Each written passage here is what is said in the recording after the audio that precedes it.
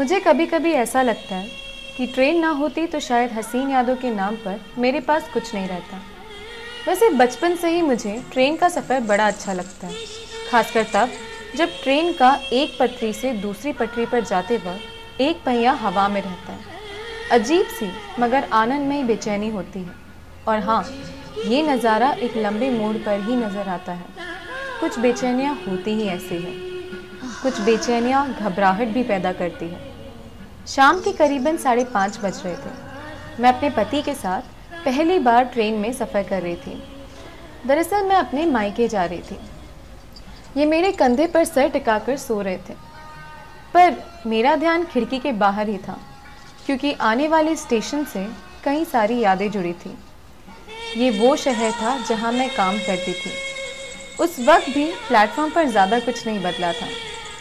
Train station पर रुकी और काफ़ी सारी भीड़ जल्दी से अंदर घुसने की कोशिश करने लगी। ये नज़ारा भी बड़े मज़ेदार होता है जब आप आराम से बैठे हों और आपके सामने लोग बैठने की जगह तलाश कर रहे हों और आप अपने आप को एकदम से खुशकिस्मत महसूस करने लगते हैं। मैंने उन लोगों से ध्यान हटाया और प्लेटफॉर्म देखने लगी। धीरे धीरे लोगों की आवाज़ें मध्यम हो गई। मैं एक ऐसे परिवार में पली बड़ी जो एकदम पक्का सामाजिक परिवार था। लड़कियां जिनके लिए एक मजबूरी की तरह थी। मेरे पिताजी थोड़े खुले विचारों के थे, तो मेरी पढ़ाई में उन्होंने कोई कसर नहीं छोड़ी। भले ही मेरा स्कूल और कॉलेज लड़कियों के साथ ही रहा। मेरी अच्छी जॉब भी लगी, पर उसके लिए भी मुझे ट्रेन से डेली अप डाउन करना था। माँ तो नहीं मानी, पर पिताजी की इच्छा थी। पहले दिन तो मुझे ट्रेन में थोड़ी घबराहट हुई, पर धीरे धीरे मुझे अच्छा लगने लगा। मैं आज़ाद महसूस करती थी। ऐसा नहीं था कि मैं घर के कामों से बचती हूँ, पर ट्रेन में मेरे कुछ दोस्त बन गए थे। कुछ अंकल, कुछ सहेलियाँ थीं जिनसे मैं अपने मन की बात करती हूँ। मैं जब स्कूल कॉलेज में थी तो सीधे घर आना और घर के कामों में लग जाना, कोई दोस्त नहीं। पर यहाँ कुछ अलग था। इस ग्रुप में एक लड़का भी था, रवि, जो मुझे अच्छा लगता था और शायद ये भी मुझे पसंद करता था। वो कई बार अपने दिल की बात करने के लिए लाख कोशिश भी करता था, पर मैं उसे मौका ही नहीं देती। क्या करती? मेरे घर वाले इस मिजाज के नहीं थे। अगर बात आगे बढ़ी तो बची कुची बातें भी ख़त्म हो जाती।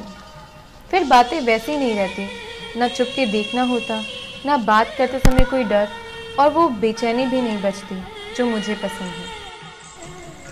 एक बार त्योहारों के मौसम में यात्रियों की भीड़ बढ़ गई। कुछ अजनबी चेहरों को देखकर मैं घबराई। उनमें से एक आदमी मुझे घूर रहा था। ये सब रवि भी देख रहा था। रवि ने मुझसे कहा, जाओ और उससे पूछो क्यों घूर रहा है, और ज़्यादा बदतमीज़ी करे तो एक लाफा मार देना। और मैंने यही करा। उस दिन के बाद मैंने अपने अंदर एक अलग ताकत महसूस करी। मेरे अंदर से एक डर चला गया, मगर अब उसके प्रति मेरी बेचैनी और बढ़ गई। तब मुझे समझ आने लगा कि मैंने उसे किस तरह की बेचैनी में रखा। मैं फिर भी कुछ नहीं कर सकती थी, क्योंकि परिवार मेरे लिए पहले था। खैर, मैं जब अपने ख्याल से लौटी तो मुझे ठहाकों की आवाज़ें आ रही थी। मैंने सामने देखा तो वो रवि था। उसकी थोड़ी दाढ़ी बढ़ाई थी। अपने किसी दोस्त से बातें कर रहा था। जब वो मेरी ओर पलटा तो मेरी नज़र कुछ देर के लिए थम गई। रवि को देखकर बेचैन हो गई थी। ये बिल्कुल वैसी ही बेचैनी थी, अजीब सी मगर आनंदमयी बेचैनी। फिर मैं थोड़ा संभली और खिड़की के बाहर देखने लगी। आगे एक लंबा मोड़ था। ट्रेन एक पटरी से दूसरी पटरी पर जा रही थी। एक पहिया हवा में लहरा रहा था। यहाँ भी एक तरह के लंबे मोड़ पर गुजर रही थी। यहाँ भी मैं इस तरह के एक लंबे मोड़ पर मुड़ रही थी। पटरी बदल चुकी थी, पर दिल का एक हिस्सा इन दो पटरियों के बीच में हवा में लटका हुआ था, जिसे देख के खुशी भी मिलती है पर डर भी लगता है, जैसा कि आनंदमयी बेचैनी में होता है।